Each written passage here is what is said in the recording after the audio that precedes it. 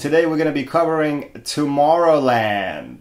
Yikes, this movie. So who's in this movie, Nathaniel? Alright, so we have George Clooney, Britt Robinson, Hugh Laurie, and Raffi Cassidy? Cassidy, she plays Athena. So a visual extravaganza movie definitely made for kids, very young kids. Let's just say toddlers who aren't old enough to walk out of a theater yet. Over $100 million for a budget, and the movie only brought in right under $30 million on the opening weekend. Ooh. Right, slightly above Pitch Perfect 2, which is a whole nother mess that we'll get into. Yeah, we went at like 11 o'clock on like a Saturday night or something, and it was empty. I mean, there was nobody, 4 of us that were in there all together, and man. Let's wrap our brains around the concept of this movie. So there is this place that Tesla and Thomas Edison created in another dimension for all the geniuses of the world to go to, because this world sucks. And somehow Tesla and Thomas Edison were able to create a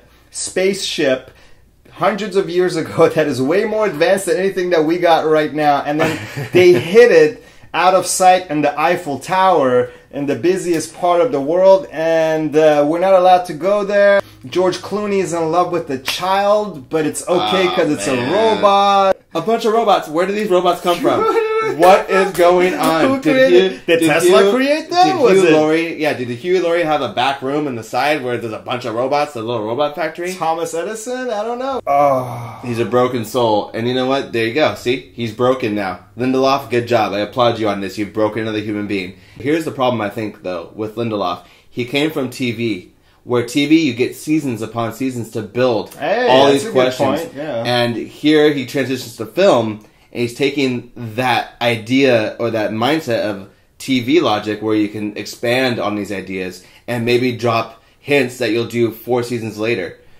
Stop trying to do that. And like I said earlier, make a singular film. Now, the first 20 minutes of this movie, amazing. But it seems like...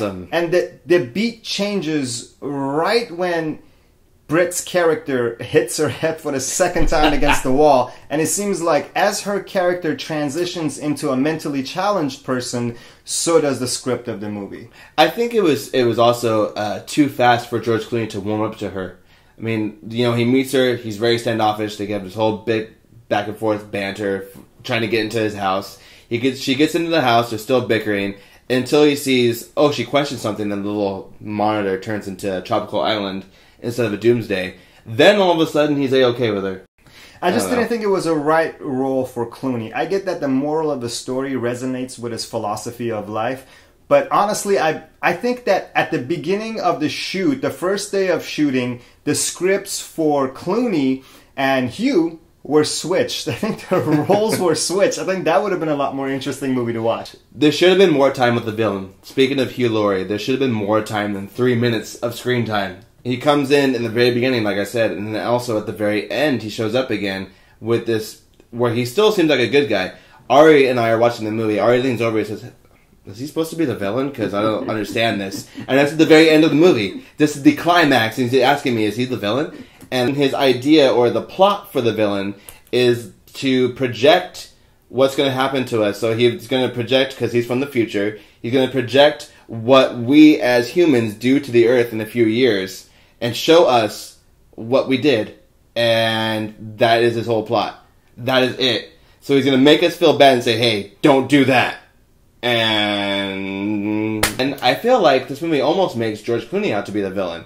Because at the end, when Hugh Laurie says, my idea, projection screen, all this kind of stuff, George Clooney fights him about it. Says, no. And then he does exactly what Hugh Laurie said not to, brings in a bunch of people, all sorts of life forms. Like that safari hunter. Did they tell the poor guy there's no animals in this new place? That's right. No, okay, so the idea is to bring inventors, not scientists. It's inventors into this world, because they want to invent this new world of a better place. And so the safari guy was an inventor, or he was like, had some great idea. I don't know. What was he looking at? He had like a... Maybe they brought him on to kill all the birds that might be there, because they had a lot of birds. Bird flu. That could be another apocalypse that was supposed to end. Bird flu. Who knows? They showed a bunch of them. Did you know that the city, the Tomorrowland, was actually shot in the same city as Guardians of the Galaxy? This movie was set up in today's world. and you only see Tomorrowland, like I said, for like 5 minutes. Looks amazing. What's going on there? Who's the president? Who's running the building? You know, Hugh Laurie what are the policies? What kind of a government system do they have? How is it that they are better than us? How is it that their world is not going to end, but ours is? Now, let me tell you, all these questions Lindelof knows the answer to, and he purposely didn't answer them. So now that we demolished this movie apart, let's give some reasons for people to watch it. It's a great kids movie. I'm sure kids who haven't developed the cognitive powers to really tear up the script will enjoy the CGI. I mean, it had good CGI. And if you like to see an up-and-coming superstar, Raffi Cassidy does an amazing job in the role. You know, the depth of her acting is something that you don't really see in a child actor, so she's amazing. That's one reason to go see it. Second reason... Oh, okay, so those are your good reasons. I have about maybe two. You have two good reasons to watch this movie? Oh, you do as well. Oh, wow. Okay, so... here we go. Raffi Cassidy. I mean, that little girl is going to be... Oh, I know, but those are my reasons. Raffi Cassidy is a megastar in the making, I feel like, because she nailed it almost as good as Ava from Ex Machina. I mean, she is so good as a robot. We're like, okay, cool. Put them together. Yeah, I know. I just wish that the whole love storyline didn't happen, but that's another thing. Oh, yeah. Then the second reason is the ideas behind this movie. The Tomorrowland itself is a wonderful, great-looking place, which we don't get anything behind. Why are they so... Yeah, fuck. Let's not even go into questions. Disney has done a great job with movies with moral messages before. We saw WALL-E. WALL-E was great. It didn't shove anything down your throat. It used a flying rod. It didn't use a feeding tube. And that's how you should assume. You should assume that the audience is intelligent. And they will ascertain the information. Definitely. And you just go ahead and create your story. Create your world. Don't beat it down on their heads. Don't make them feel like crap by the end of it. How many times... Let's just say this real quick. How many times in the movie was the line said... She's the one to fix it. Will she fix it? Will she fix it? That's all it was. Boom. Pounding into your head that she's going to fix something. And it's just, come on, I understand that. Let's build up the character a little more. Let's do something. Her character was not even built up at all. But to say one positive thing about the movie, at least one positive thing, I love the underlying motives. I love the theme of Earth it. dying? No, of us being aware of what we're thinking about, what we're observing through the media. I like that news. I like that we could build a better society. We could build a better society. I And like that. The hints towards like that machine that creates those visions or sends those thoughts out resembles HARP or the issues that people are concerned about with HARP. So there's a lot of resemblance to our world, and I like the message. The message was good if it wasn't shoved down your throat. Yeah. So at least it has a good moral of the story. And here we go with the breakdown. At the very end of the day, time to do a stars. Here we go. All right, so go ahead. What do you rate it, Nathaniel? Ooh, I apologize, Lindelof, and to Brad Bird and to Disney in general. This is going... I was almost going to say half a star.